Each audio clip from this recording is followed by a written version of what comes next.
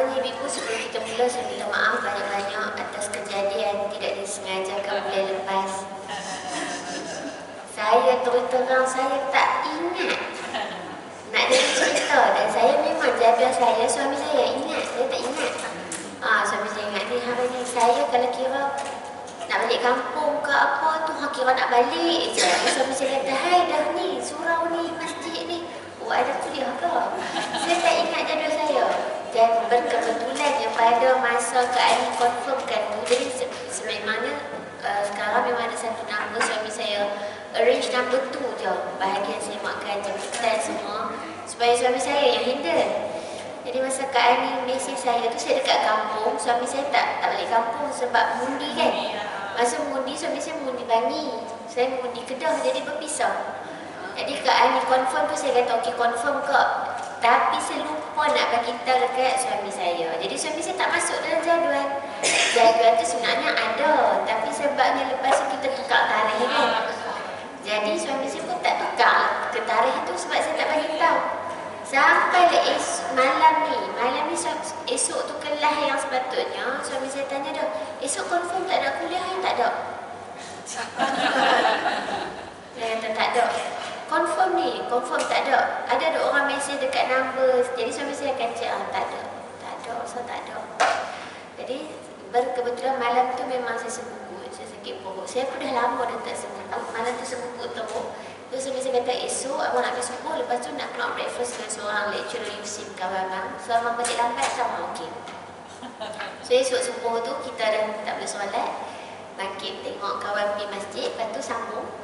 Saya bisa balik tu sampai Kak Ina, Kak Ani kot nak telefon, saya duduk lena. Sebelum saya kata, ada kuliah ke? Tak ada. Masanya, lepas tu baru sedap tu. Bang ada kuliah. Ya Allah, saya minta maaf banyak-banyak. Saya tak sengaja nak buat macam tu dan tak pernah berlaku pun. Tak pernah berlaku, bukan dekat surau ni, dekat tempat lain pun tak pernah.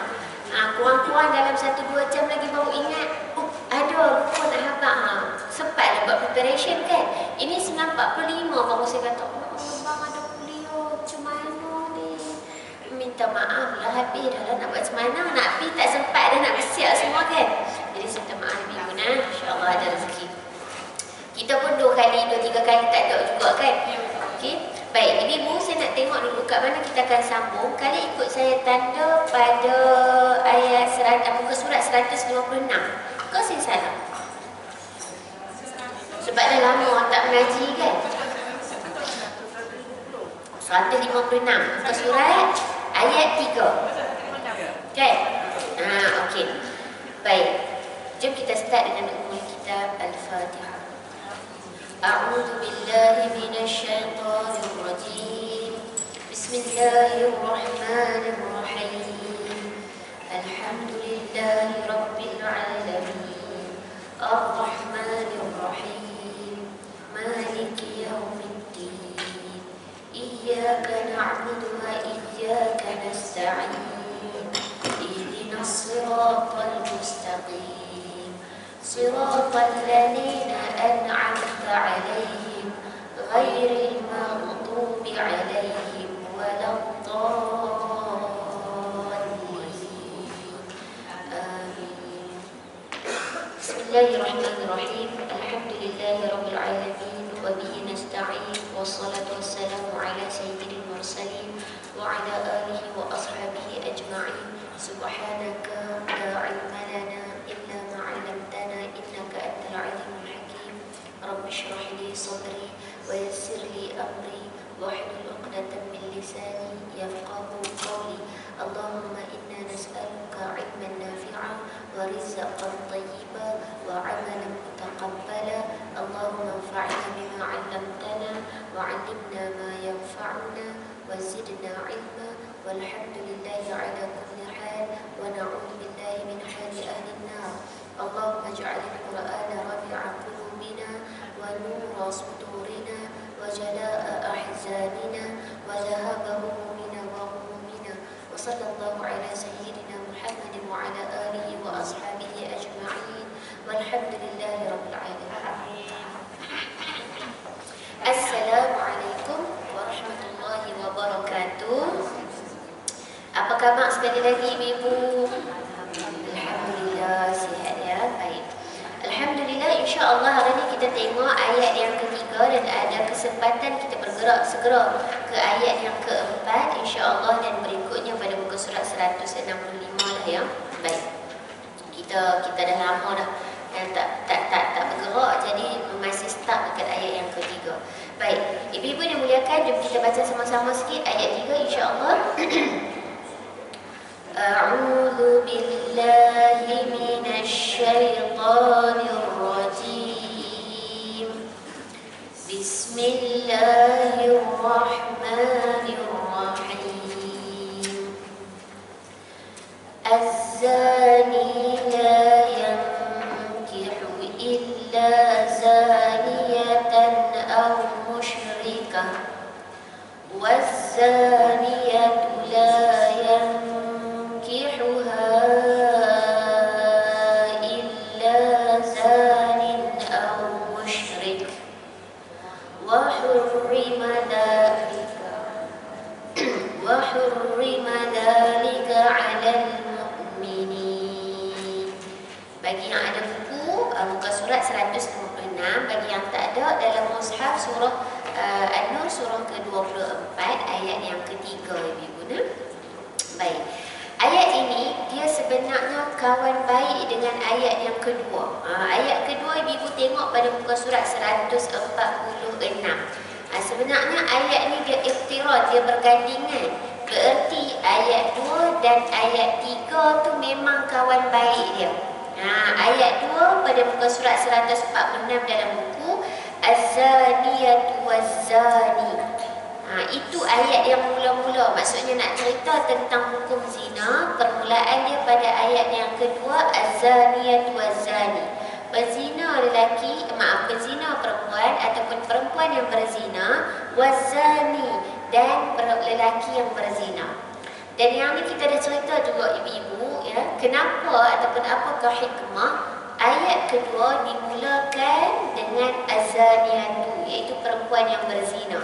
Berbeza dengan ayat kecurian, Allah mulakan dengan pencuri lelaki. Bab zina dimulakan dengan perempuan yang berzina. Ya, bab curi dimulakan dengan lelaki yang mencuri. Ya, berarti didahulukan dalam kes zina ini didahulukan muannas. Dan kemudian muzakkar. Muannas maksudnya feminin, perempuan, muzakkar maksudnya maskulin, lelaki. Ya. Maksudnya kenapa kita dah bincang dah itu dalam ayat kedua, maka lanjutan ayat tersebut ibu-ibu masuk ke ayat ketiga, az-zani la yankihu illa zaniyatan aw musyrikah. Orang lelaki penzina la yankihu illa zaniyatan, yang dinikahinya ialah perempuan penzina, aw musyrikah, atau perempuan musyrik. Maksudnya nak bagi tahu lelaki penzina secocok dengannya adalah perempuan yang berzina ataupun perempuan musyrik. Wazaniyatu, dan perempuan penzina pula, la yankihuha, ialah jodohnya, untuk terjemahannya, jodohnya pula ialah zanin, lelaki penzina, atau musyrik, atau lelaki musyrik. Dan dalam surah ni juga lah ibu yang kita akan jumpa perempuan yang baik untuk lelaki yang baik, lelaki yang baik untuk perempuan yang baik, dalam surah yang sama. Maksudnya ayat ni daripada mula duk cerita dah, kalau lelaki yang berzina tu secocoknya dengan perempuan yang berzina ataupun perempuan musyrik. Sama juga perempuan, kalau perempuan yang berzina tu secocoknya dengan lelaki yang berzina ataupun lelaki yang musyrik. Kita akan tengok syarahannya. Wa hurrima dhalika 'alal mu'minin, dan diharamkan yang demikian itu atas orang yang beriman. Syarahannya kita akan tengok lanjut, tapi maksudnya nak kata macam ni ibu. Ini secara asas terjemahan. Yang berzina tu secocoknya dengan yang berzina, kerana itu adalah dosa besar. Dia tak layak untuk orang yang beriman, kerana orang yang beriman itu, iman itu menunjang dia kepada ketaatan. Iman itu akan membuat dia patuh. Orang beriman dia tak berzina. Secara asasnya ayat dia begitu. Jadi tak secocok ibu-ibu. Maksudnya nak mengatakan, begitulah orang baik kepada lelaki baik kepada perempuan baik, dan perempuan baik kepada lelaki baik. Dan ini akan kita akan lihat lagi. Baik, perhatikan ibu-ibu hukuman zina yang kedua.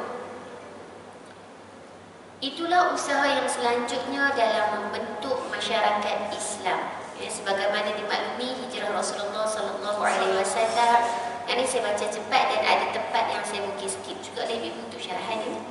Hijrah Rasulullah SAW bersama dengan sahabat-sahabatnya Muhajirin ke Madinah sebab apa? Nak bentuk masyarakat Islam.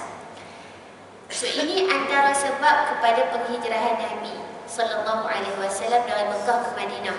Dan sebab itu bila Nabi sampai mula-mula buat apa dulu ibu-ibu? Buat masjid untuk bangunkan masyarakat. Kerana masjid ataupun surau lah kita kata hari ni kita musola kan. Masjid lah tempat untuk menyatu padukan. Betul tak ibu-ibu? Dekat tetapi kalau dekat masjid pun ada puak-puak. Kalau dekat surau pun ada puak-puak. Maka macam mana dekat luar tak ada puak-puak? Kenapa dekat masjid ni tempat perpaduan ibu-ibu? Tempat menyatukan umat Islam. Sebab hang semayang sebelah aku, hang daripada mana pun, kalau hang mai awal, hang duduk sof depan. Yang tak sepatutnya kadang-kadang hari ni kita katakan, oh tak apalah, apa dia, VVIP depan lah. Dalam sof ibu tidak ditentukan berdasarkan status, pangkat ataupun sebagainya. Betul tak ibu? Jadi itulah tempat menyatu padukan. Tiba-tiba lepas habis solat, salam. Duduk mana? Duduk sini juga kau? Duduk sini baru pindah duduk orang belakang. Berkenalan. Maka jauhlah daripada perpaduan ibu-ibu kalau masyarakat kita tak ke masjid surau. Ke masjid surau kalau ada jamuan aja. Kadang-kadang. Ada surau bagi kita dekat surau. Kalau buat jamuan, orang sampai keluar. Surau, bukan surau ni lah. Tempat lain. Sebab dia penduduk Rusin, Ustazah, tak ramai main. Ada satu surau saya mengajak ibu-ibu, kadang-kadang 5 orang, kadang-kadang 8 orang. Ni, tahun 2023 ni. Jadi saya kata kat kakak ketua muslimat tu, saya kata, kak, tukar Ustazah lah kak. Maksudnya carilah Ustazah yang, yalah tapi cuma mungkin dengan Ustazah masalah bajet kadang-kadang dan sebagainya, kita nak panggil, nak tukar pun. Ustazah, apa dia, macam ni lah. So saya kata tukar Ustazah, panggil Ustazah lain. 5-6 tahun mungkin muslimat pun tak larat tengok dah muka saya. Ibu-ibu je duk larat tengok lagi. Dia kata panggil orang lain, panggil kakak Ustazah lain yang lebih muda ke, lebih seronok lah pengajaran dia kan. Ustazah, 5-6 orang Ustazah Noni ni lah paling ramai. Oh iya ke? Saya kata Ustazah lain, kadang Ustazah lain 2 orang. Kadang-kadang Ustazah ni boleh, maksudnya saya boleh kadang-kadang capai juga lah 10 orang, 8 orang, 5 orang tu standard. Tapi ada Ustazah, kadang ada sekali Ustazah dia main, Ustazah seorang pelajar. Kata seorang-seorang. Jadi dia kata, tak tahu lah Ustazah. Kira kalau tak kata tak cuba buat ni, buat dah. Buat panggilan speaker, buat poster, buat hebahan, tajwid ada, apa dia tahsin ada, tadabbur ada, apa yang mereka minta kita cuba sediakan. Tapi tak ramai, duk 5-6 orang tu. Tapi Ustazah ni kira ramai lah. Saya ni, saya kata kat kakak tu, kak, saya bukan jenis kira orang ramai ke sikit, hak mana ada jalan. Saya tak kira kalau hang main seorang, saya mengajar je kalau nak proceed lah. Tapi kesian lah, kira 5-6 tahun tu duduk macam tu lah kak. Saya mengajar di situ 5-6 tahun dah rasa. Tak ingat, tapi sebelum PKP. Kata, tapi Ustazah Noni ni paling ramai. Kalau tukar Ustazah Noni ni lagi tak ada Ustazah. Jadi Ustazah tolonglah stay dengan kami dah. Saya tak pergi mana. Saya kata kok nak tarik orang lagi ramai. Tapi Ustazah kalau jamuan raya, penuai kendara, ada jamuan tu sampai keluar-luar Ustazah orang main. Orang kata je lah. Kadang-kadang kita pun tak mengajak dengan makan betul tak kan? Tapi nak buat macam mana, itulah salah satu tarikannya kan. Tapi mudah-mudahan letiak sikit lah ibu-ibu ya. Mudah-mudahan sebab kita nak beritahu tak apalah, mungkin itu salah satu tarikan yang kita kena buat, kita kena keluarkan bajet. Kita buatlah untuk nak satukan di sini. Di sini je tempat nak berkenalan, betul tak ibu? Tempat nak berukhuwah, tempat nak tahu khabar. Sebab kalau tak main surau masjid ibu, kita tak tahu. Yang paling penting tak tahu ilmu agama, betul tak ibu? Kerana surau masjid lah yang akan menganjurkan majlis-majlis agama. Maka sebab tu Nabi bila berpindah ataupun berhijrah ke Madinah, antara first Nabi buat selain pada masjid adalah menghubungkan silaturahim antara muhajirin dengan Ansar. Masya Allah, tabarakallah. Baik, lihatkan ibu, anggota-anggota masyarakat demikian haruslah orang-orang yang kuat peribadinya, tegak kepalanya dan tahu akan harga diri. Baik. Sebab masyarakat ni akan terus angkatan demi angkatan, generasi demi generasi, dan yang lama dan kemudian baru. Tetapi dalam cerita yang demikian tidak ada dilupakan kenyataan, sebab kita selalu berhadapan dengan yang nyata. Maksudnya kita ada cita-cita nak bangunkan masyarakat yang bertamadun, tapi ada kenyataan atau realiti yang akan berlaku. Betul tak ibu? Ya? Dan apakah realiti tersebut? Ini baru nak sampai kepada ayat ini. Baik, perhatikan ibu. Menurut riwayat dari Mujahid dan Atha, di antara kaum muhajirin yang berbuyun hijrah ke Madinah itu macam-macamlah nasib dan keadaan. Ya? Ada yang kaya sehingga boleh bawa saving mereka, harta simpanannya di kala berpindah. Ada yang berumah tangga dan beranak pinak, yang semuanya diangkut dalam hijrah. Maksudnya di kalangan muhajirin adalah orang yang berhijrah dengan Nabi. Berasal daripada perkataan hajara, yuhajiru, hijrah. Muhajirin adalah orang-orang yang berhijrah.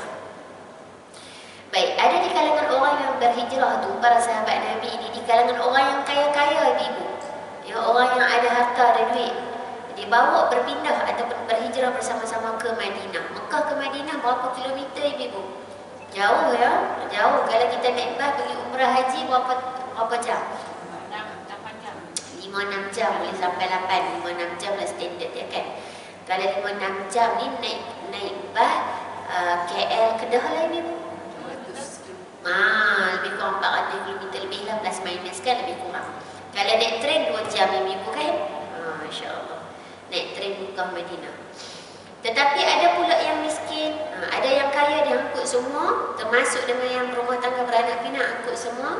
Tetapi ada yang miskin, tak mempunyai apa-apa, tak ada isteri, tak ada anak, sebatang kara, dan tidak mempunyai suku belahan, maksudnya tak ada adik dan sebagainya di Madinah. Sedang mereka itu sebagai manusia yang juga ada keinginan-keinginan. Ada kelompok muhajirin kaya raya, berumah tangga dah, boleh angkut sekali pergi semua. Tapi ada yang miskin, tak ada adik-beradik, tak ada kenalan, tak ada kawan-kawan, bahkan tak ada harta. Dan pastilah orang yang tidak memiliki apa-apa ni ada keinginan-keinginan dia. Keinginan tu sebenarnya kita nak katakan tadi cita-cita. Tetapi realiti dia tak mampu nak memenuhi keinginan-keinginan tu. Ibu? Baik. Keinginan yang terutama sekali mempunyai isteri dan rumah tangga. Masya Allah, tabarakallah. Sekarang ibu, saya tengah baca satu buku yang diterjemahkan daripada bahasa Arab.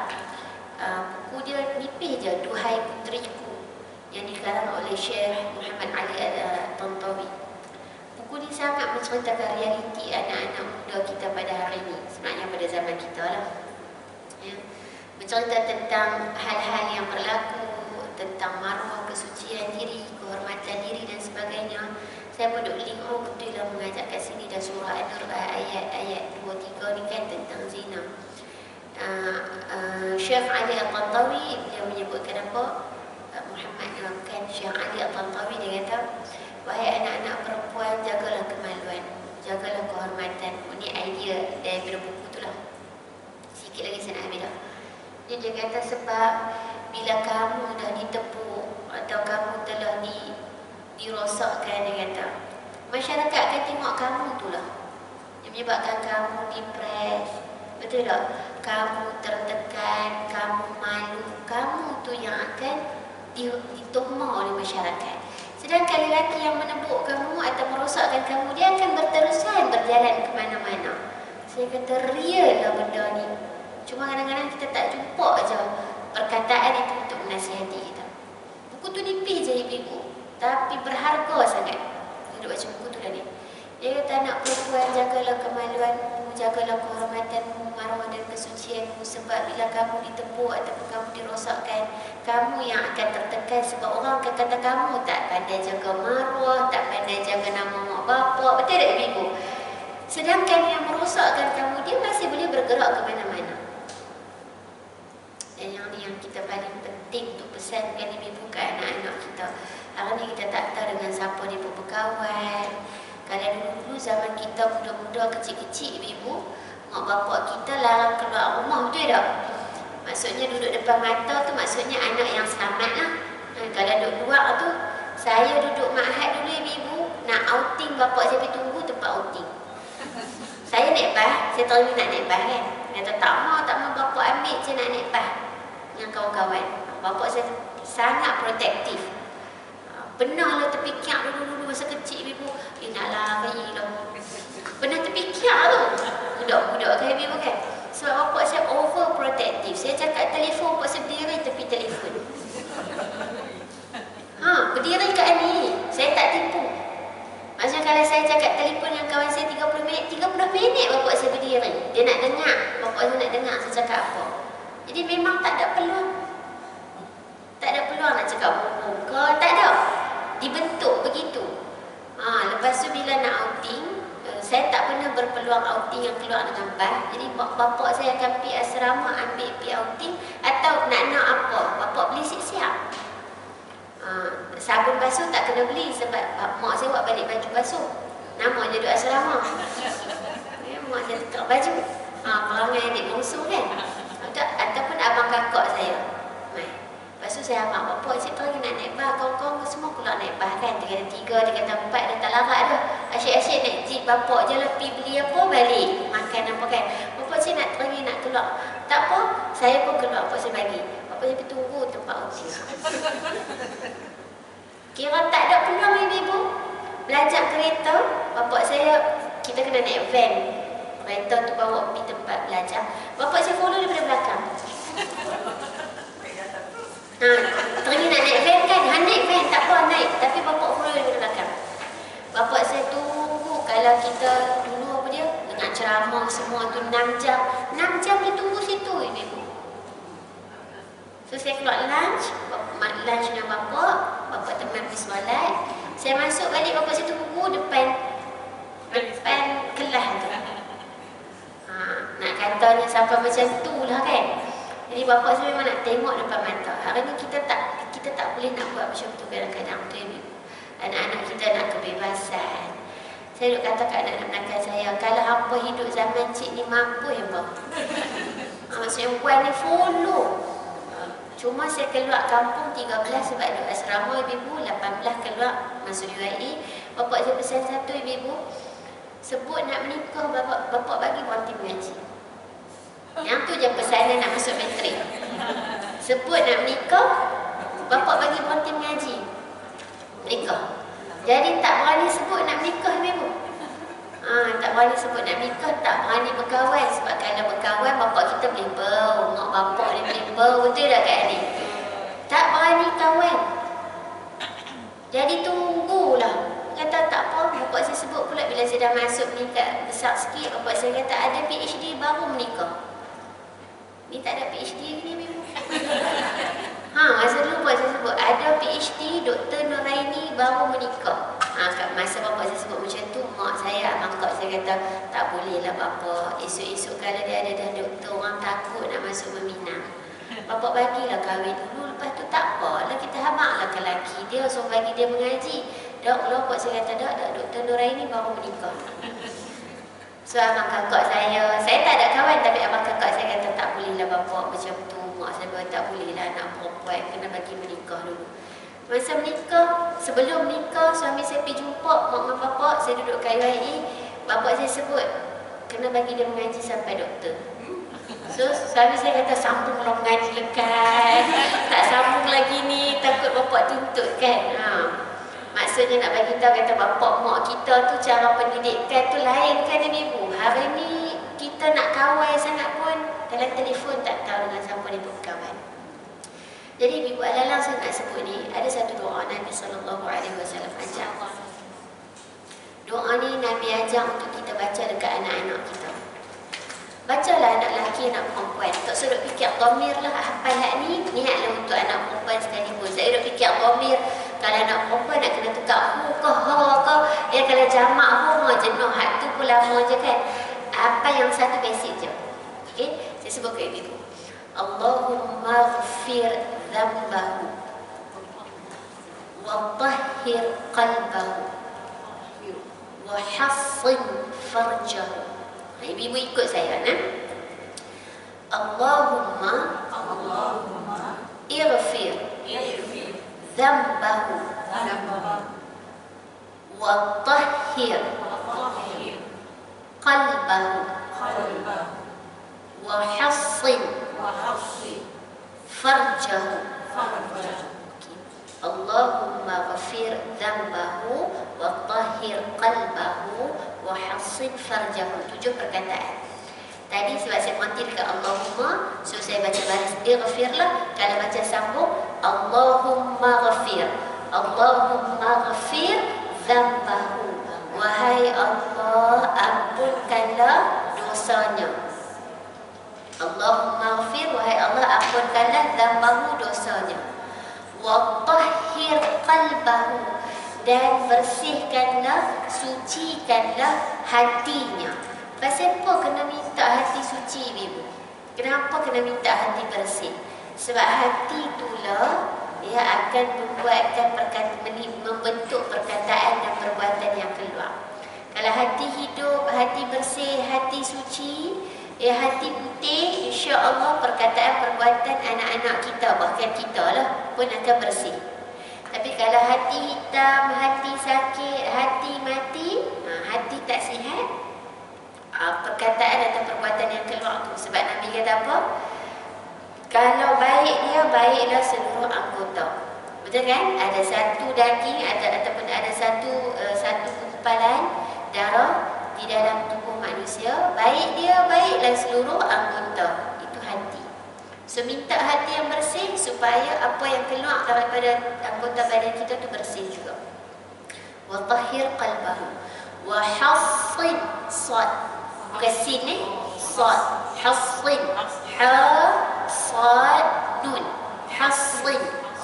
Wa hassin farjahu, dan peliharalah kemaluannya, peliharalah kesuciannya, peliharalah maruahnya, peliharalah kesucian, kehormatan dirinya. So yang ni ibu, doa untuk anak-anak kita memang Nabi ajar dalam hadis yang sahih. Kita baca ibu, tak apalah, baca yang itu niatlah untuk semua anak-anak kita. Tak kisah lelaki, perempuan, seorang ataupun ramai lah. Sebab kalau nak tukar dhamir kat belakang tu jenuh pula nak tukar kan. Tak apa, kata kita baca niat untuk anak-anak kita, anak cucu kita. Allahumma ghafir dhanbahu wa tahhir qalbahu wa hassin farjahu. Ya Allah, ampunkan dosa anak-anakku ini, sucikanlah dan bersihkanlah hatinya, dan peliharalah kemaluannya, maruahnya, dirinya.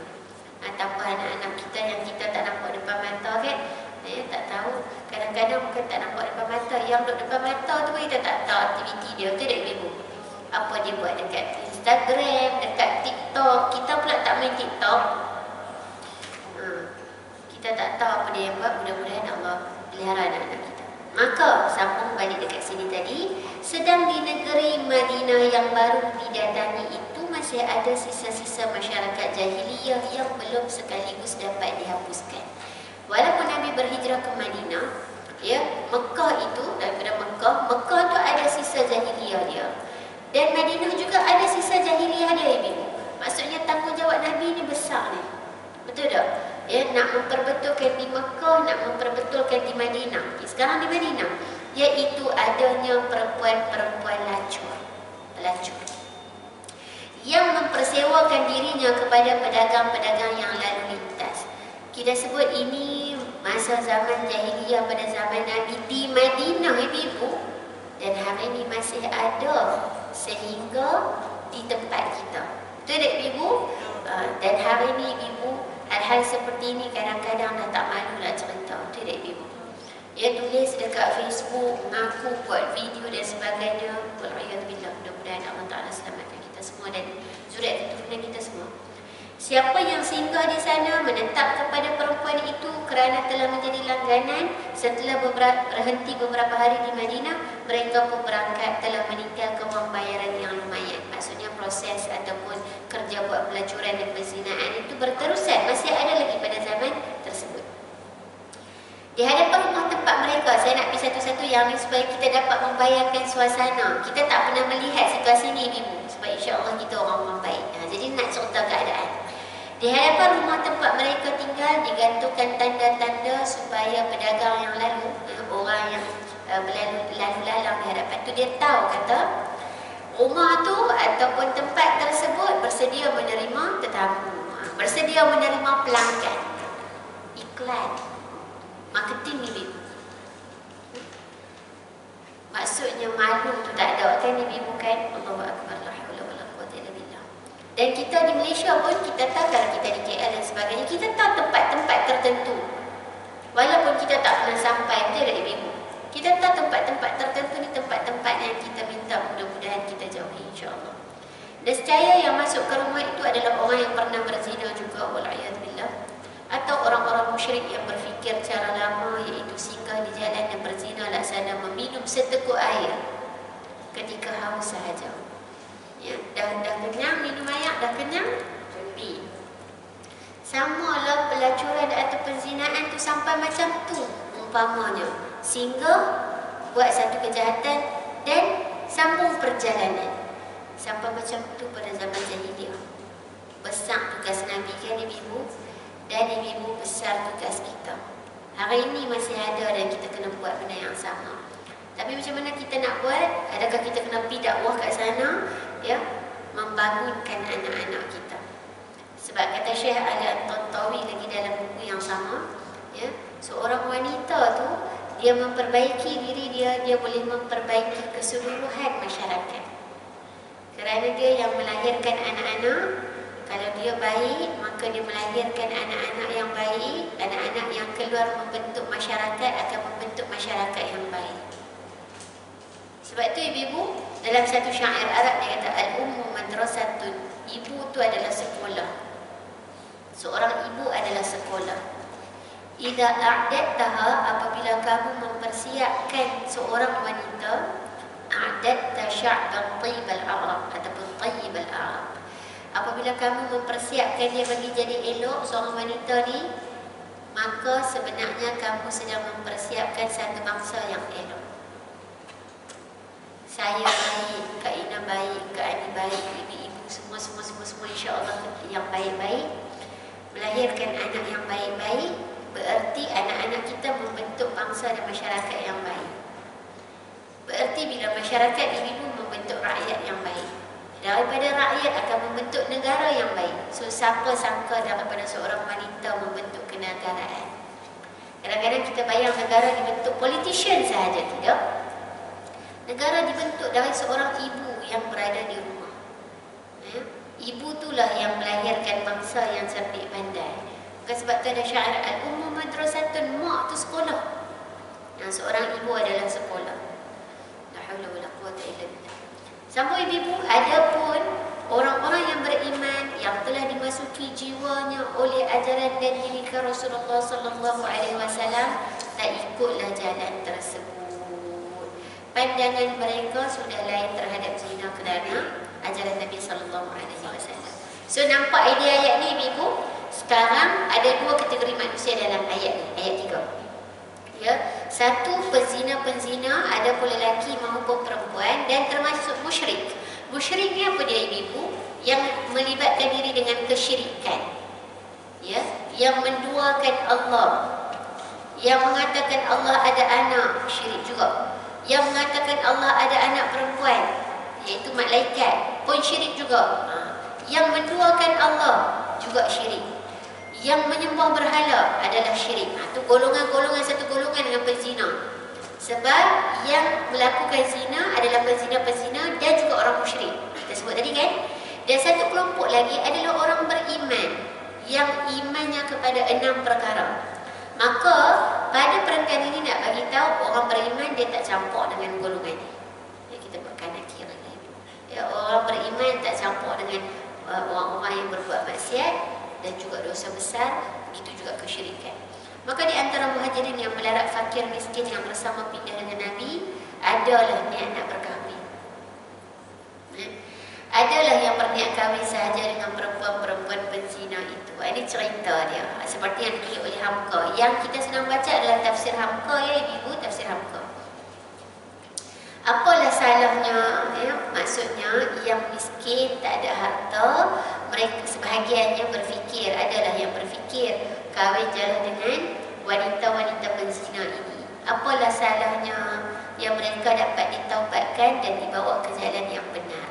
Ya, tak apalah kita ajak mereka bagi taubat, ajak buat benda yang baik, tinggalkan dosa besar, kita ajak balik ke jalan yang benar. Di samping itu dipandang dari segi ekonomi amat besar pula faedahnya kerana perempuan demikian banyak saving. Hakikat dia ibu-ibu cerita pada zaman Nabi ni. Maksudnya pada zaman Nabi bukan yang menerima ajaran, yang ni yang jahiliahnya lah. Ya, sebab mereka bekerja kan? Mereka bekerja dan perempuan yang bekerja ya, atau wanita yang bekerja ya, memang ada duit. Apatah lagi mereka ya, singgah sekali servis dapat duit berterusan, tak ada satu komitmen yang besar. Duit banyak maksudnya daripada sudut rumah tangga boleh dibina, daripada sudut kewangan atau ekonomi pun strong. La haula wala quwwata illa billah. Jika ia ditaubatkan dan hidup rukun serumah tangga, saya sebenarnya tadi nak skip tapi saya rasa macam kalau skip nanti ibu tak menikmati. Jom kita tengok. Skip tu saya buat conclusion je lah ibu, tapi jom kita nikmati. Jika dia ditaubatkan dan hidup rukun serumah tangga, wang simpanan dapat jadi modal untuk hidup baru. Itu hakikat kemanusiaan. Memang kita akan fikir tentang modal, macam mana nak laburkan. Inilah teori dari beberapa orang sahabat yang miskin itu. Ibu-ibu, kita tak boleh kata, pasal apa dia boleh fikir macam ni ya? Kita kena faham situasi, education, cara kehidupan satu tempat. Betul tak ibu-ibu? Cara kehidupan satu tempat, atau kita sebut sebagai uruf juga, kebiasaan. Dia lain kebiasaan, duduk di tempat lain, tempatnya keadaannya lain, pemakanannya lain, budayanya lain, cara fikir juga lain. Betul tak ibu-ibu? So kita jangan blame lagi. Jadi ada juga maksud baik di dalamnya. Betul kan? Sebab niat dia apa dia ibu? Niat dia bukan nak berzina, niat mereka nak berkahwin. Dan antara calon-calon yang nampak di hadapan mata adalah mereka yang menyediakan tempat-tempat tersebut. Tak apalah, kita kahwin dengan mereka ni, kita bawa mereka balik taubat ke jalan yang benar. Ia bukan satu benda yang sinis, ia satu benda yang serius. Maksudnya sahabat-sahabat berniat baik. Di samping itu aku tak ada duit, dia ada duit. Ya, berarti kita boleh mulakan hidup yang baru, ada niat yang baik. Maka mereka ni mailah jumpa Rasulullah sallallahu alaihi wasallam, yang minta izin nak apply teori tersebut, formula tersebut. Sebagaimana biasa dalam hal-hal yang mengenai dasar prinsip begini, tidaklah Nabi putuskan sendiri. Yang ni lah salah satu perkara yang kita kena tengok Nabi ni. Salah satu, banyak lagi nak kena tengok Nabi ni kan. Apa dia? Melainkan menumpukan wahyu. Baik, kita tak dapat wahyu ibu macam Nabi. Jangan kata Ustazah macam tu kita kena tunggu wahyu ke? Tak ibu. Bererti Nabi menunggu wahyu untuk memberi approval, endorsement, nak buat apa. Nabi tunggu Allah sebut. Kita ada dah wahyu ibu, iaitu Al-Quran dan Sunnah. So sebelum kita buat apa-apa keputusan, rujuk Al-Quran dan rujuk Sunnah dulu. Itu maksudnya. Nabi straightforward, Allah turun kepada Nabi. Kita dah ada Al-Quran dan juga hadis. Ya, kita tak boleh memahami sendiri, boleh rujuk kepada asatizah ataupun kepakaran. Ya. Supaya keputusan kita yang kita buat tu tak salah, ibu.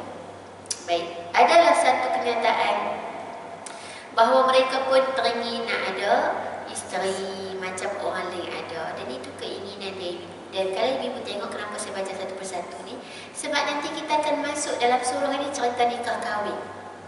Pada ayat 30 lebih, ya, masuk prinsip selepas cerita berhias ataupun bagaimana seorang wanita tu nak berhias dan sebagainya, cerita pasal kahwin, nikahkan anak kita. So daripada awal sebenarnya dah cerita pasal nikah kahwin sebenarnya.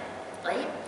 Adalah satu kenyataan, saya dah baca. Adalah satu kenyataan bahawa perempuan-perempuan pelacur itu mempunyai wang banyak. So, satu kenyataan. Tadi saya sebut awal-awal kita katakan benda yang dicita-citakan dan juga kenyataan.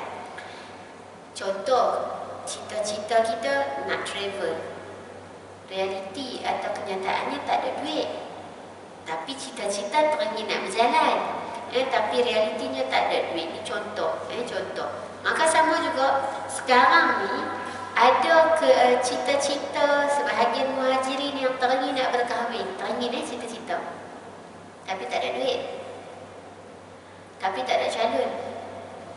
Ada pula yang wanita-wanita ni, dia ada duit banyak.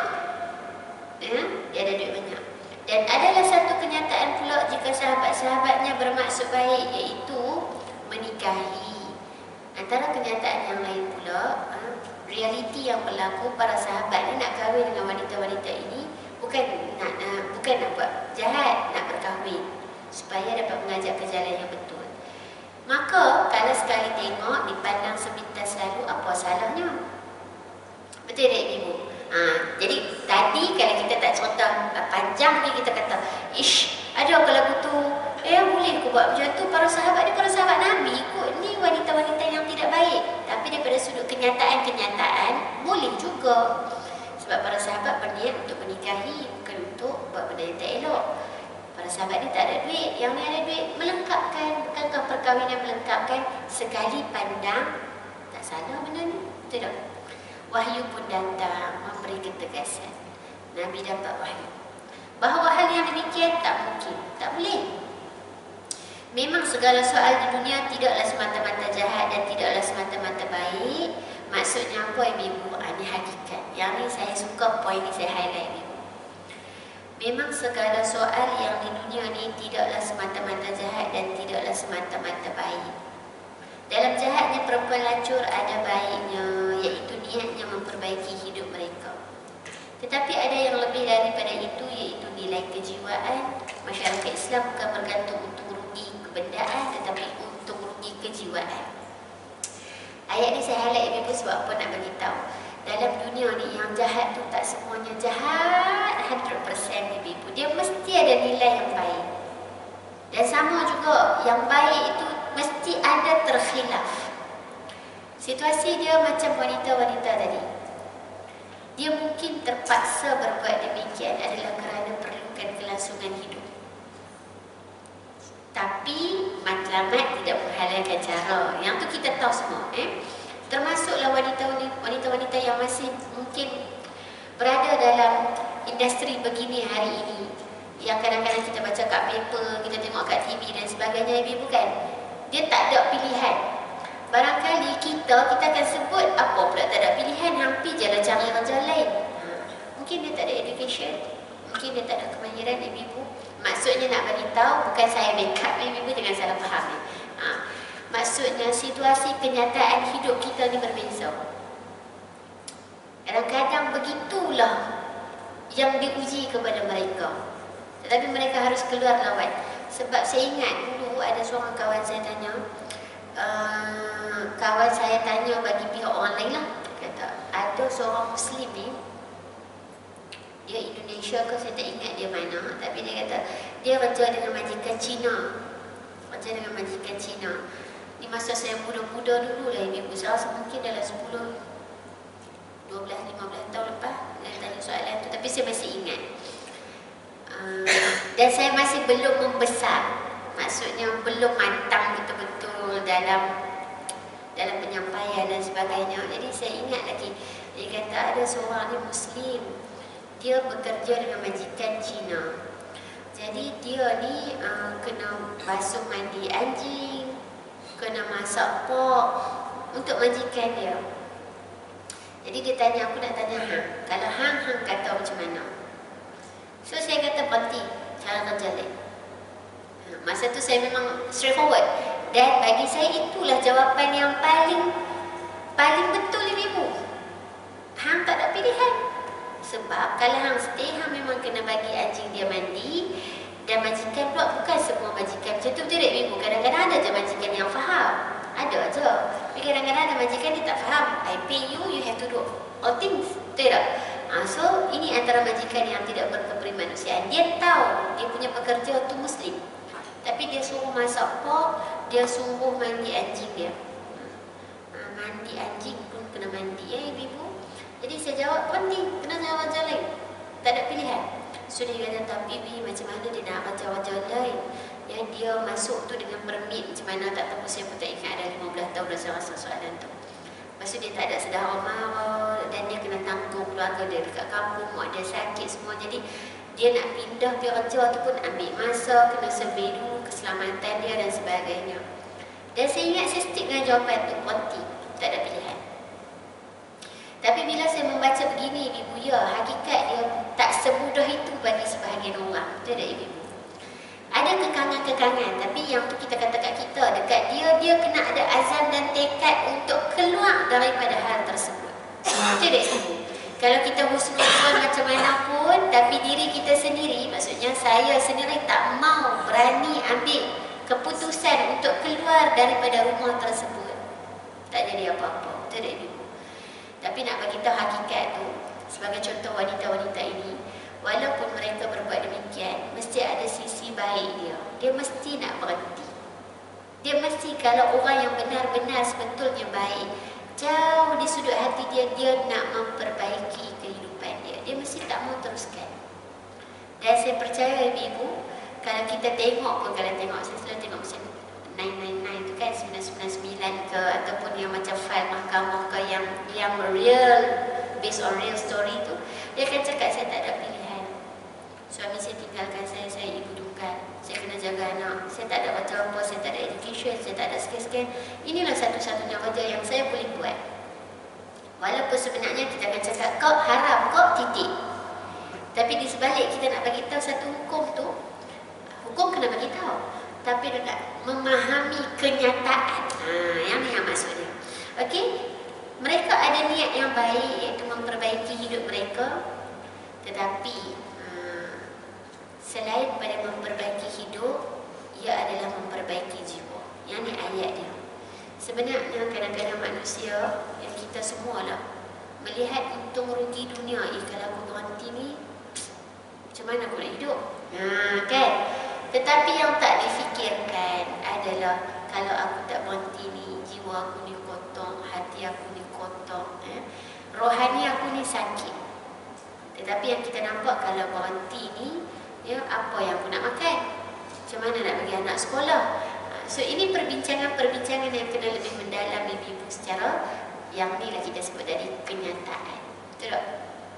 Siapa yang biasa masuk ke dalam rumah pelacuran itu selama ini? Ialah orang-orang penzina. Orang-orang yang tidak asal nafsu muda jangan ditahan. Maksudnya asalkan nafsu muda, tak boleh tahan. Ya, kena all out. Jadi ibu, ada satu surah ibu yang mengajar kita memandang kehidupan dengan sebetulnya. Banyak surah lah sebenarnya, tetapi antara surahnya adalah surah At-Tin. Surah At-Tin ibu menceritakan laqad khalaqnal insana fi ahsani taqwim thumma radadnahu asfala safilin illa alladhina amanu wa 'amilus solihat falahum ajrun ghairu mamnun. Falahum ajrun ghairu mamnun adalah untuk mereka pahala yang tidak putus-putus. Saya syarah ni sebab apa ibu? Sebab kadang-kadang kita faham, dalam masyarakat kita secara keseluruhan, kita faham apa ibu? Muda ni lah nak all out. Betul tak? Muda ni lah nak cari duit. Muda ni lah yang nak kena cari duit supaya nanti-nanti kita rehat, tua-tua rehat. Ibu, itu benda yang kita sebut dalam masyarakat. Betul tak ibu? Surah At-Tin memperbetulkan. Tak. Bukan masa muda tu nak all out cari duit. Adakah salah all out cari duit? Tak salah ya ibu, tapi saya nak tambah lagi satu poin daripada surah At-Tin. Surah At-Tin nak mengajar kita masa muda lah nak all out buat ibadah. Sebab bila kita makin meningkat usia, kita dah makin sakit, sakit lutut, sakit pinggang, betul tak ibu? Mungkin ada sebahagian benda kita dah lupa, tak larat, dan tak boleh sujud kat bawah, sujud. Momen-momen tu semua kita rindu, betul tak ibu? So waktu bila untuk kita all out? Masa muda, masa kita masih sihat. Tapi sekali lagi ada soalan, kita dikira muda tak gini? Kan? Sebab saya syarah kat satu tempat kata, jadi kami ni dah tua dah Ustazah, macam mana? Tak apa, kita kira muda lagi insya-Allah. Sebab ayat ini bagi tahu untuk orang-orang yang beriman dan beramal soleh, khasnya ketika muda dia, pahala dia akan berterusan sehinggalah dia tua. Kalaupun tua dia dah bedridden, dia dah tak larat, dia dah tak boleh buat dah, pahala yang masa muda dia tu dia akan nikmati pada masa tua dia. So ini satu bentuk Al-Quran membetulkan cara pandang kita dalam masyarakat. Betul, masa muda boleh cari duit all out supaya masa tua nikmati. Saya tanya, betul ke kita boleh jamin sempat kita nikmati duit yang kita all out tu ibu? Yang kita all out mati anak-anak lah yang makan duit tu, betul tak ibu? Ini hakikat kehidupan dunia.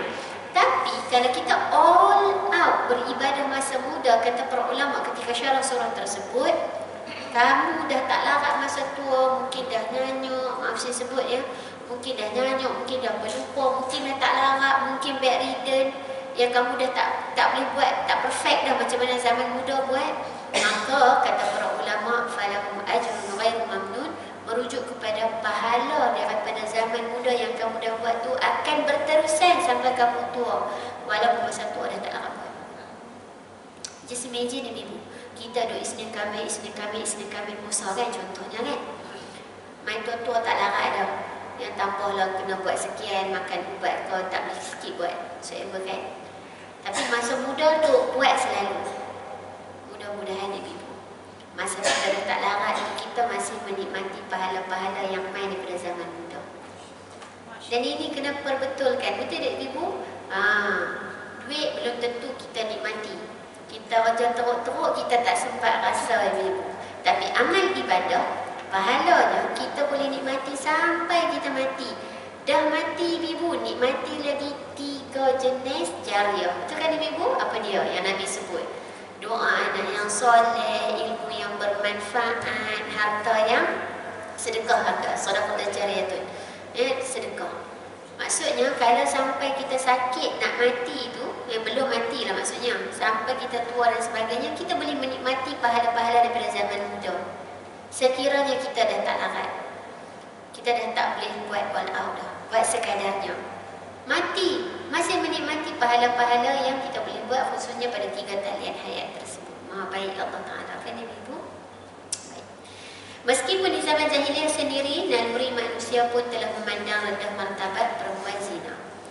Secara asas fitrah dan naluri kita, memang kita tengok yang berzina itu sebagaimana martabatnya rendah ataupun penuh kehinaan lah.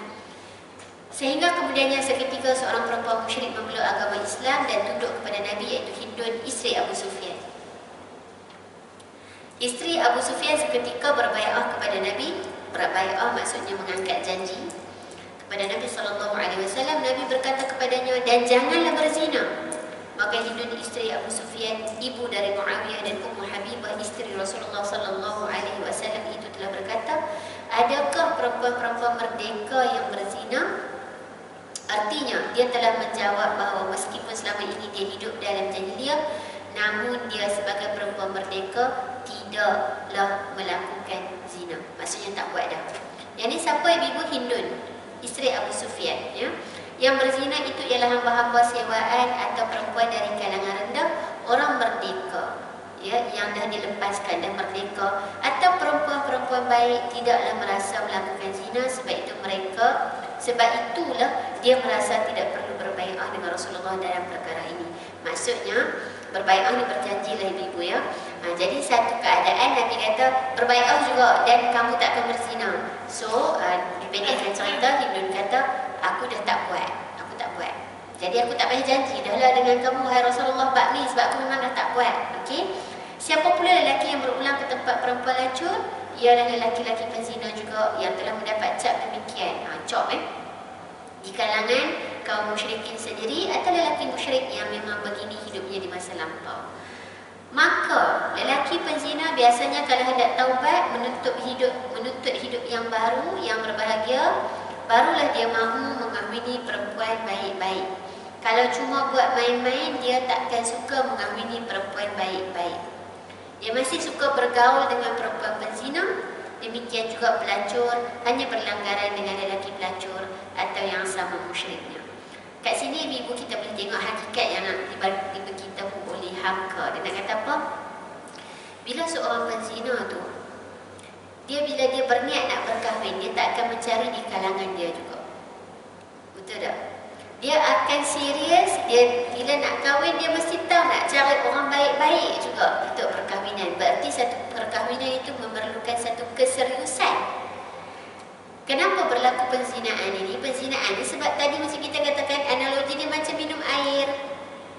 Nak hilang haus je. Maka sebab tu repeating benda tu. Tetapi bila dia pun nak stop buat benda tu, dia pun nak berkahwin. Bila nak berkahwin, dia takkan cari orang yang pernah main melacur dengan dia ataupun berzina dengan dia. Dia mesti nak cari orang yang baik juga. So nak bagi tahu ibu, fitrah kita ni mesti fitrah yang sebenarnya nak mencari kebaikan.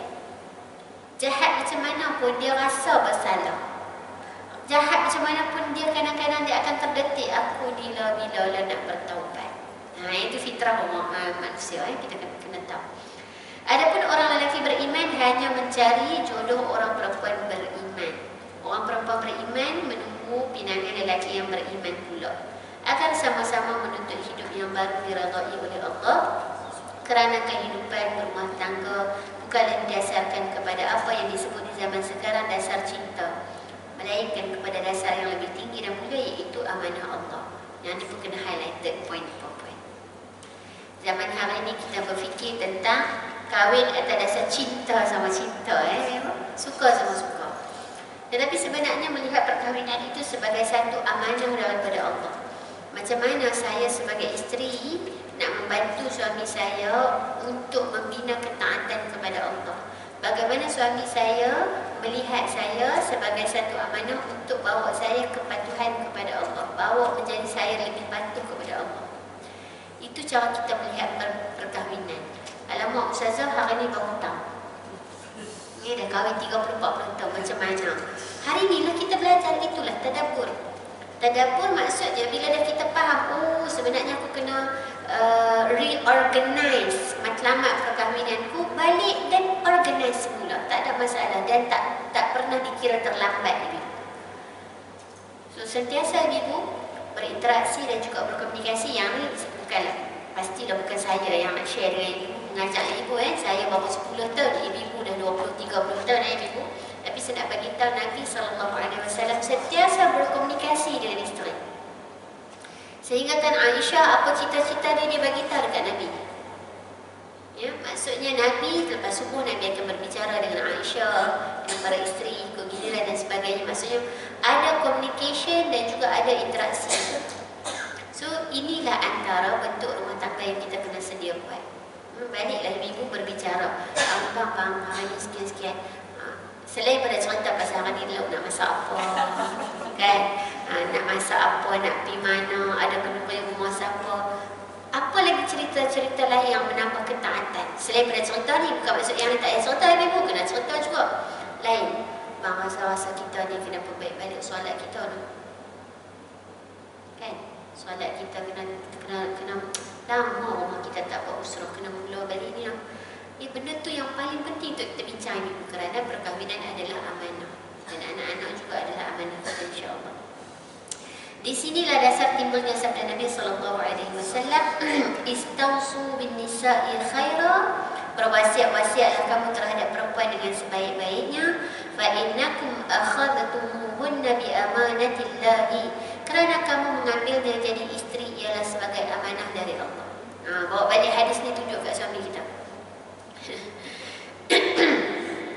Wastahlaltum furujahunna bi kalimatillah, dan barulah halal kehormatannya bagi kamu setelah dihalalkan dengan kalimat Allah.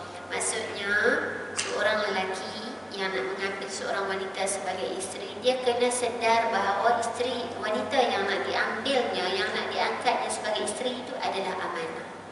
Ya, kena bimbing dan sebagainya. Orang-orang yang beriman ialah orang-orang yang terhormat, rumah tangganya bermutu tinggi, dari mereka lah diharapkan keturunan rumah yang soleh. Sebab tu ibu-ibu, sebelum saya masuk hadis ini dan mungkin kita buat pengakhiran, di dalam Al-Quran, perkataan isteri ni dia ada banyak, bukan banyak lah, 2 jenis perkataan secara asasnya.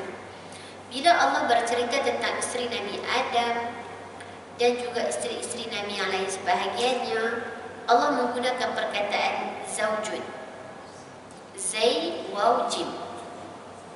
Tapi kalau kita belajar bahasa Arab, zaujun suami, zaujatun isteri. Ya, zaujun tak ada tak marbuthah, maksudnya husband. Zaujatun maksudnya wife. Okey. Di dalam bahasa Arab standard kalau kita belajar. Tapi sebenarnya perkataan zaujun juga boleh digunakan untuk isteri. Maksudnya zaujun boleh maksudkan suami, boleh maksudkan isteri. Zaujun zai, bukan zal, zai, di hujung lidah, bukan di hujung lidah, di tengah lidah. Zaujun. Baik. Zaujun suami dan juga boleh membawa maksud isteri. Zaujatun isteri. Tetapi di dalam Al-Quran ini, bila Allah Ta'ala cerita tentang isteri, Allah guna zaujun. Contohnya Allah bercerita tentang isteri Nabi Adam AS. Ketika mana Allah Ta'ala menyebut, wa qulna ya Adam uskun anta wa zawjukal jannah. Dan Allah berkata kepada Nabi Adam, wahai Adam, kamu duduklah dalam syurga ni bersama dengan isteri kamu, zawjuka, perkataan zaujun. Tetapi di sana, di tempat lain, ada sebahagian perkataan Allah menggunakan, sebahagian cerita, bila Allah nak cerita pasal isteri, Allah cerita dengan penggunaan perkataan imra'ah. Imra'ah. Alif ataupun nama asal dia hamzah wasal, mim, ra, alif, qata, hamzah qata. Alif ada hamzah di atas, iaitu nama dia hamzatul qata. Ta sama ada tak marbuthah ataupun tak maftuhah, imra'ah. Berarti ibu, ada sebab dalam Al-Quran, ada tempat Allah guna perkataan isteri dengan zaujun, ada tempat Allah guna perkataan isteri dengan imra'ah. Antara penggunaan perkataan imra'ah adalah isteri Nabi Zakaria. Begitu juga antaranya adalah tempat penggunaannya adalah isteri Nabi Lut, isteri Nabi Nuh. Begitu juga isteri Fir'aun. So dalam Nabi Zakaria, dalam kisah Nabi Zakaria, ketika mana malaikat membagi tahu kepada Nabi Zakaria, kamu akan dapat anak ni, macam mana pula aku boleh dapat anak kan? Sedangkan aku ni dah lanjut usia. Dan isteri wa mura'ati aqir, dan wanita isteri aku pula, isteriku wanita yang tidak boleh melahirkan anak. Dalam situasi isteri Nabi Lut dengan isteri Nabi Nuh, juga Allah Ta'ala menggunakan perkataan imra'ah. Wa mura'ata Nuh daraballahu mathalan lilladhina kafaru imra'ata Nuh wa mura'ata Lut. Imra'ah Nuh isteri Nabi Nuh, imra'ah Lut isteri Nabi Lut. Begitu juga isteri Fir'aun, Allah Ta'ala guna perkataan imra'at Fir'aun. Isteri Imran, iaitu mak Maryam, digunakan juga dengan imra'ah Imran. So kenapa ibu? Antaranya adalah kerana nak menggambarkan situasi sekufunya. Zaujun ni adalah isteri ataupun suami isteri yang bukan sekadar kita lihatkan sekufu, tapi sekufu kat sini kita kena clear ibu. Sekufu bukan macam sekufu kita. Sekufu kita bayang rupa parah, ni segak yang ni bersegak, pinang dibelah dua kan. Ataupun sekufu kadang-kadang kita tengok education, ya, yang ni ada PhD dah, yang ni tak ada PhD lagi, macam mana ni? Ataupun daripada kerja rupa parah dan sebagainya. Sekufu yang paling penting adalah sekufu daripada sudut akidah.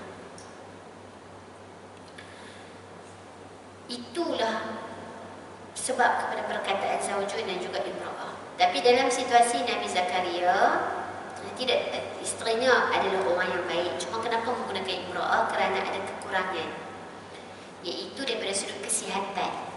Isteri Nabi Zakaria tidak boleh melahirkan anak. Jadi daripada sudut kesihatan tu tak sama. Lebih kurang macam itulah terjemah ringkas saya. Jadi disebabkan itu penggunaan awal isteri Nabi Zakaria digunakan perkataan imra'ah. Tapi apabila dah dapat anak, malaikat mai bagi kita dapat anak, Allah gunakan perkataan zaujun. Masya Allah, tabarakallah. Begitu perkataan dalam Quran tu dia membawa implikasi untuk kefahaman kita. Isteri Nabi Nuh dengan isteri Nabi Lut sememangnya tidak sekufu dengan Nabi Nuh dengan Nabi Lut, juga daripada surah Aqidah. Jadi cerita-cerita begini ibu supaya kita nampak, oh betul lah, jadi sekufu yang sebenar tu aku nak kena tengok. Kami ni, keluarga kami ni orang-orang yang solat, kena tengok juga bakal menantu kita ni orang yang solat ke tidak. Ya, jangan tengok kerja semata-mata, education semata-mata, perparan semata-mata. Yang tu memang kena tengok lah, khususnya pada zaman sekarang kena tengok juga, betul tak ibu? Tapi tengok sembahyang ke tidak, ya, boleh baca Quran ke tidak, ya, bagaimana keluarganya. Itu antara benda-benda yang kita kena masuk dalam KPI ni. Isteri Nabi Nuh dan isteri Nabi Lut, kerana kedua-duanya tidak menerima apa yang didakwahkan oleh Nabi Nuh dengan Nabi Lut. Imra'ah Fir'aun ibu, suaminya tak beriman, dia beriman. Isteri Nabi Nuh dengan isteri Nabi Lut, Nabi Nuh dengan Nabi Lut beriman. Mereka berdua isteri tak beriman. Fir'aun pula suami tak beriman, isteri beriman. Dia terbalik. Jadi penggunaan imra'ah untuk kita tak sekufu, akidahnya tak sama. Tetapi perkahwinan yang harmoni, yang seimbang, yang suaminya bagus, isterinya bagus, itu kebiasaan yang digunakan perkataan zaujun dan juga zaujatun. Masya Allah, tabarakallah. Saya nak selesaikan hadis ni ibu sikit lagi insya-Allah. Ad-dunya mata'un wa khairu mata'iha al-mar'atu salihah. Dunia ni adalah perhiasan hidup dan puncak perhiasan hidup ialah tentang isteri yang salihah. Kalau ibu perhatikan daripada awal kita syarah ayat ini, duk cerita pasal perempuan je. Betul tak ibu? Wanita. Dia ada cerita pasal lelaki berzina, tetapi dia tak cerita banyak. Dia cerita pasal perempuan. Kerana tunggak kepada pembangunan peradaban ataupun ketamadunan sebuah negara itu bermula daripada rakyat ataupun masyarakat yang baik, bermula daripada keluarga yang baik, dan keluarga yang baik insya-Allah bermula daripada seorang isteri yang baik ataupun wanita yang baik.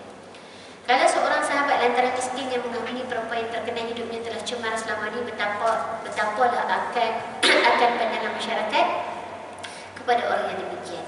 Ya, dia hanya kahwin dengan mengharap harta perempuan yang dinikahinya. Kalau para sahabat kahwin dengan wanita begini, sekejap lagi macam mana orang kata? Netizen kata apa? Ya, makcik-pakcik bawang kata apa? Tu nak kahwin tu, bukan nak benda lain tu, harta lah tu. So persepsi yang dibangunkan oleh netizen atau makcik-pakcik bawang kepada para sahabat Nabi ni tak bagus. Ya, nama baik itu tak bagus. Jadi sebab itu bila Nabi dapat wahyu, Nabi kata tak boleh. Orang beriman dia tak boleh cari orang-orang yang nanti netizen viral jenuh kita. Ya, ibu. Bagaimana kedudukan perempuan itu sendiri kelak dalam bidang kalangan perempuan-perempuan baik. Ya, kalau dah kahwin nanti pun kawan dengan perempuan-perempuan beriman, masih lagi levelnya ataupun martabatnya tak sama. Ya. Tetapi ibu, ini bukan kita katakan tidak memaafkan, jangan salah faham. Bukan Nabi tidak memaafkan, kalau taubat insya-Allah diterima. Cuma nak pilih calon isteri ini bukan boleh pilih sembrono. Itu idea kepada perbincangan ini. Baik ibu, pada penghujung ayat 160 ibu, yang kita akan masuk nanti insya-Allah hukuman perempuan ahli kitab. Saya tak bincang yang ini, cuma saya nak terlebih dekat sini ibu. Dan diharapkan yang demikian atas orang-orang yang beriman. Haram artinya dilarang keras perkahwinan yang demikian atas masyarakat orang-orang beriman. Lihat di sini rahsia agama yang harus menjadi pedoman bagi kita pejuang menegakkan agama. Larangan haram kemudian datangnya yang terdahulu adalah sebagai cerita sahaja sehingga orang diberi kesempatan berfikir. Maksudnya nak bagi tahu kata masa belum turun diharamkan ni para sahabat berfikir-fikir. Betul kan ibu? Boleh kot kita buat teori macam ni. Ya, kami tak ada duit, dia ada duit. Kami orang baik, dia orang yang tak baik, perlu dipandu. So kami memberi panduan, kami memberi petunjuk kami ajak dia balik kepada Allah, kami ajak dia taubat, dia bagi harta. Maksudnya dalam perkahwinan ni ada 50-50. Ya, kami orang baik, dia tak apalah kami bawa kebaikan kepada dia. Kami tak ada duit, dia bawa duit dekat kami. Boleh ikut macam tu, berfikir. Dan kemudian pergi tanya Nabi, boleh tak Allah turunkan lebih awal ni ayat ini? Boleh. Allah bagi tahu siap-siap boleh. Tapi Allah lambatkan penurunan ini supaya kita sempat berfikir dahulu. Boleh ikut macam ni. Ni ada juga kebaikan dia kalau dia taubat. Dan kemudian turunlah wa hurrima ala dalik, ya, iaitu diharamkan, maksudnya tak boleh.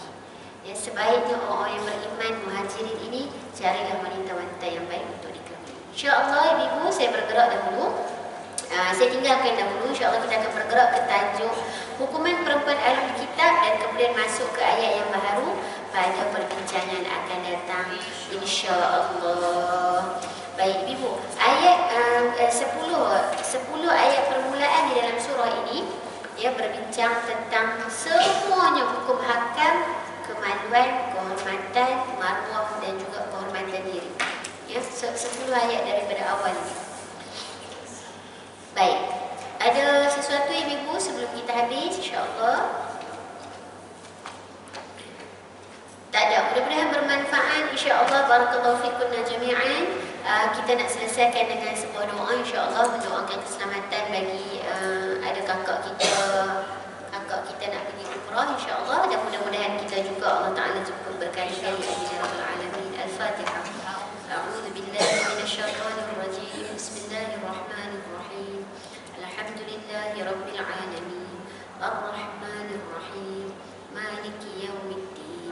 Iyyaka na'budu wa iyyaka nasta'in. Ihdinas siratal mustaqim. Siratal ladzina an'amta 'alaihim. Siratal ladzina an'amta 'alaihim ghairil maghdubi 'alaihim waladdallin. Bismillahirrahmanirrahim. Alhamdulillahi rabbil alamin. Wassalatu wassalamu ala sayyidil mursalin wa ala alihi wa ashabihi ajma'in. Allahumma ighfir lana dhunubana wa liwalidina warhamhum kama rabbawna shighara. Allahumma ighfir lana dhunubana wa liwalidina warhamhum kama rabbawna shighara. Allahumma ighfir lana dhunubana wa liwalidina warhamhum kama rabbawna shighara.